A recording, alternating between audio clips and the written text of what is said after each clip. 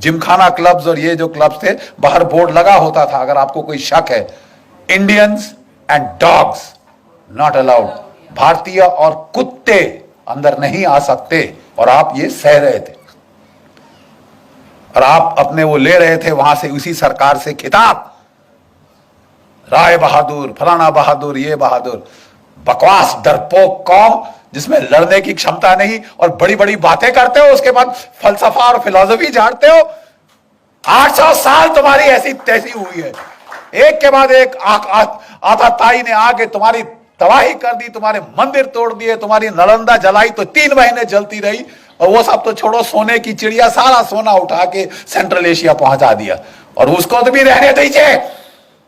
आपकी इज्जत भी उठा के ले गए आपकी औरतें बेचने के लिए वेश्या बाजारों में, और उसके बाद तुम शांति की बात करते हो। Are you dead? जो आदमी जिसकी औरत को उठा के भेजा जाए वो शांति की बात करता है। आपको लड़ने का मादा जगाना होगा, और ये जो है ये जंग, माफ कीजिए गांधीवाद का जंग, ये बहुत हो चुका, और इसके खिलाफ पहली आवाज उठी थी तो Netaji Subhash Chandra Bose, he is the man जिसने इसको बोला उठो लड़ो। गीता के पहले अध्याय में भगवान ने क्या कहा है? अर्जुन युद्ध कर। बड़ी बड़ी फिलॉसफी मत झाड़ मेरे को कि साहब अपने भाई को मारूंगा, अपने दादा को मार दूंगा, गुरु को मार दूंगा तो क्या राज्य का फायदा। उन्होंने कहा वो सब ठीक है, लेकिन अगर तू इन्हें नहीं मारेगा अर्जुन, ये तेरे को मार डालेंगे, निर्दयता से तेरी बोटी बोटी काट डालेंगे। समझ गया? अब तू उठ और तू लड़। आपके लिए भी समय आ गया है कि जो क्षात्र भाव है उसको प्लीज जगाइए। जो आपस में तोड़ने की जो आपने जुनून बना रखा है कि हम टुकड़े टुकड़े खुद करेंगे और फिर जेएनयू में चिल्लाएंगे, आप प्लीज जागिए, नहीं तो वाकई ही में आपके टुकड़े टुकड़े होंगे। इसलिए जरूरी है यह जानना who made us free, Bose और गांधी। क्योंकि आपका जो nature of the Indian state, post colonial Indian state है, किस किस्म की स्टेट पैदा हुई, depends on who got you free and how. आप समझ रहे हैं मैं क्या कह रहा हूं? आपका वजूद आपका प्रेजेंट शेप कर रहा है और आपका फ्यूचर शेप करेगा। And unless you accept the truth, आप साहब बहुत सफर करेंगे, आप बहुत सफर करेंगे, और ये आपके सिर पे आ रहा है। कोई भी सरकार आ जाए, हथियार नहीं खरीदे जा सकते इस देश में, क्योंकि गांधीवाद है साहब। और साहब 10 साल से एक संत एंटनी थे, उन्होंने कोई हथियार नहीं खरीदा था। मैं ना मानू भाई, मेरे कोई धांधली नहीं होनी चाहिए, मेरी धोती सफेद है। अरे साहब आपकी धोती सफेद है तो हम बुरे हैं क्या साहब? आप हमको कफन क्यों चढ़ा रहे हैं? ये हथियार चाहिए। 30 साल से बोफर गन के बाद कोई तोप नहीं आई। मिग 21 जहाज 1960 की दशक के हैं, आसमान से टपक रहे हैं। रफाल नहीं आया, एलसीए नहीं आया, पत्थर मार के लड़ेंगे हम। नहीं साहब कोई धांधली नहीं होगी। जो भी डील करी उन्होंने, उसमें अब बड़े बड़े बिच्छू के डंक निकल के आ रहे हैं साहब ऐसे पीछे। आपने अगस्ता वेस्टलैंड, बाकी हथियार 30 साल ना आए कोई बात नहीं साहब। जो वीवीआईपी हेलीकॉप्टर है वो तो फट से आएगा, और दुनिया का जो महंगा से महंगा हेलीकॉप्टर है, जो अमेरिका के प्रेसिडेंट ने बोला साहब मेरे लिए बहुत महंगा है, वो हम लेंगे। और एक नहीं लेंगे साहब, 12 चाहिए हमको। और वो फट से ऐसे आए, 5 साल में आ गए। और अब लोग जा रहे हैं सलाख के पीछे। किसी को तो भेजो, किसी को तो भेजो, ताकि ये सिलसिला तो बंद हो। साहब मैं कहना यह चाहता हूं कि आपका वजूद, आपका माहौल बिगाड़ा गया। आजादी दिलाई नेताजी ने, उसके हमारे पास डॉक्यूमेंट्री एविडेंस है, और हम इस देश की जनता के सामने अब वो रखने वाले हैं।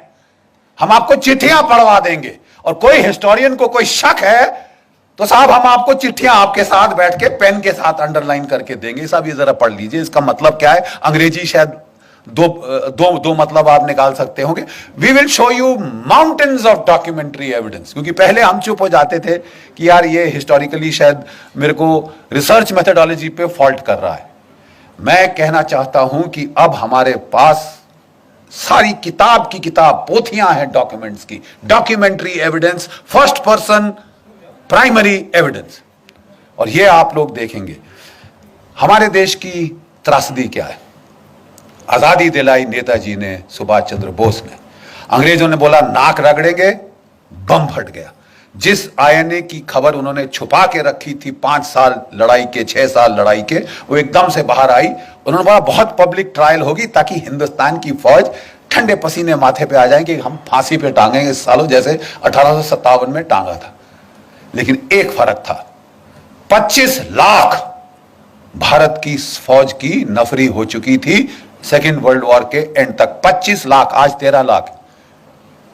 अब समझ रहे हैं, 22.5 मिलियन, 25 लाख फौज थी जो हर मैदान जंग लड़ चुकी थी।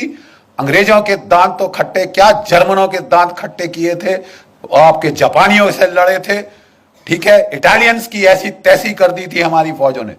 और लड़ाई के आखिर तक अंग्रेज जर्नल अपने नीचे ब्रिटिश डिविजन्स नहीं, ब्रिटिश यूनिट्स नहीं, इंडियन यूनिट चाहते थे। बोलते साहब इनके खाने पे आधा खर्चा होता है, लड़ते दुगना है, लड़ते दुगना है। ये एक भारत एक महान विश्व शक्ति के रूप में उभर सकता था। प्लीज ध्यान से सुनिए जो मैं कह रहा हूं। भारत एक विश्व शक्ति के रूप में उभर सकता था क्योंकि 25 लाख की फौज विदाउट कंस्क्रिप्शन, बाकी सब जगह बाई फोर्स लोगों को भेजा जाता था फौज में, यहां वॉलंटियर होके 25 लाख है। ठीक है साहब, अगर ये सेना रहती, चीन क्या, कौन सी ताकत थी जो इस देश का मुकाबला कर सकती थी? जाने के पहले अंग्रेजों ने इस फौज को 3.5 लाख कर दिया, 25 लाख से 3.5 लाख किया और उसका फिर 2 में बांट दिया। पाकिस्तान की फौज, हिंदुस्तान की फौज यहां से निकली। अंग्रेजों ने, ध्यान से सुनिए, अंग्रेजों ने जब जापान को जीत लिया, जर्मनी को जीत लिया, बोला यहां के लोगों का जो लड़ने का मादा ही खत्म कर देंगे। ऐसी पैसिफिक कॉन्स्टिट्यूशन इंपोज करी कि ये देश कभी उठ ना सके। अब तक जर्मनी जापान उठ नहीं पाए, आर्थिक रूप से कहीं भी पहुंच गए हो दुनिया में, militarily they count for zilch, 0। और एक और देश जिसको ये किया गया, ध्यान से सुनिए, वो था भारतवर्ष। 25 लाख की फौज काटी, 3.5 लाख पे लाए, 2 टुकड़े कर दिए और सोने पे सुहागा एक ऐसे बंदे को प्राइम मिनिस्टर चुना, सिलेक्ट किया गया, इलेक्ट नहीं हुआ। कांग्रेस वर्किंग कमेटी ने सरदार पटेल को इलेक्ट किया था। मत भूलिए इतिहास, Sardar Patel was elected by the Congress working committee. अंग्रेजों ने गांधी जी के थ्रू जोर लगवाया, उन्होंने नहीं, आप नेहरू को एक्सेप्ट करेंगे। और सब लोग ठीक है महात्मा जी आप कह रहे हैं तो हम कुछ नहीं बोलते। बहुत नेचुरली खुंदक तो आई होगी सरदार पटेल बेचारों को, इलेक्ट मैं हुआ, सिलेक्ट ये हुए, जैसे इमरान खान हुए हैं बाय द वे। तो साहब एक उनको वो लेके आए नेहरू जी को, और जो हमारा पहला कमांडर इन चीफ था of the British Indian army, वो था जनरल सर रॉय बुचर। उसने कहा मेरा नया बॉस आया है, तो अच्छी नई वर्दी निकाल के, बूट चमका के, टोपी डाल के, बेचारा फाइल पकड़ के आया, केन नेल के आया, सैल्यूट किया अपने प्राइम मिनिस्टर को, नौकरी तो बनानी होती है साहब, तो सैल्यूट करके आया। साहब बोले हाँ जी क्या लेके आए जनरल साहब? तो बोले कि साहब ये expansion and modernization plans of the Indian army. General, I don't need an army, this is a peaceful country, I only need the police, who needs you, get out. इस बेचारे जो general Roy sir Roy Bucher था, उसके चेहरे पे जो भाव आया उस वक्त, ये प्रधानमंत्री है। जब वो ऑफिस के बाहर आया तो किसी उसके जूनियर एडीसी ने पूछा सर क्या हो गया, you seem to have seen a ghost. तो वो कहता कि जी ऐसा ही कुछ है।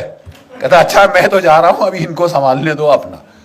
अगर सरदार पटेल ना होते, आपकी फौज डिसबैंड कर दी गई होती। Do you know this? 2 चीजों ने आपको बचाया, एक पाकिस्तान ने, एक सरदार पटेल ने। पाकिस्तान ने हमला कर दिया, उन्होंने नहीं इंतजार किया, उन्होंने शांति के नारे नहीं लगाए, लेकिन जो कुछ भी आप कह दो, उनमें इतनी तो शर्म थी कि आजाद पाकिस्तान का जो पहला गवर्नर जनरल था वो एक मुसलमान था, जिना। और हमारा कौन था? Lord Louis Mountbatten. प्यार था साहब, इश्क इश्क इश्क था। लेडी माउंटबेटन को दूर थोड़ी ना जाने दिया जा सकता है, तो बोले आप रहिए साहब। अरे यार हम मर गए, 26,000 हमारे शहीद हो गए इनको निकालने के लिए, और तुम यहां रोक के वो खानदान को यहां रोक के हमारे ऊपर राज कराने के लिए बिठा रहे हो। और जब पार्टीशन की रॉयट्स हुई तो इन्होंने उसको बोल दिया एक मीटिंग में, you please handle, are you sure you are the prime minister. वो भी सरकास्टिकली बोला Mountbatten, Jawaharlal you are the prime minister, you want me to take charge. नहीं नहीं जी हमारी तो, यार ये तो हाल है। ऐसी आप पे सरकार थोपी गई जो हिंदुस्तान का मिलिट्री पोटेंशियल न्यूटर कर दे।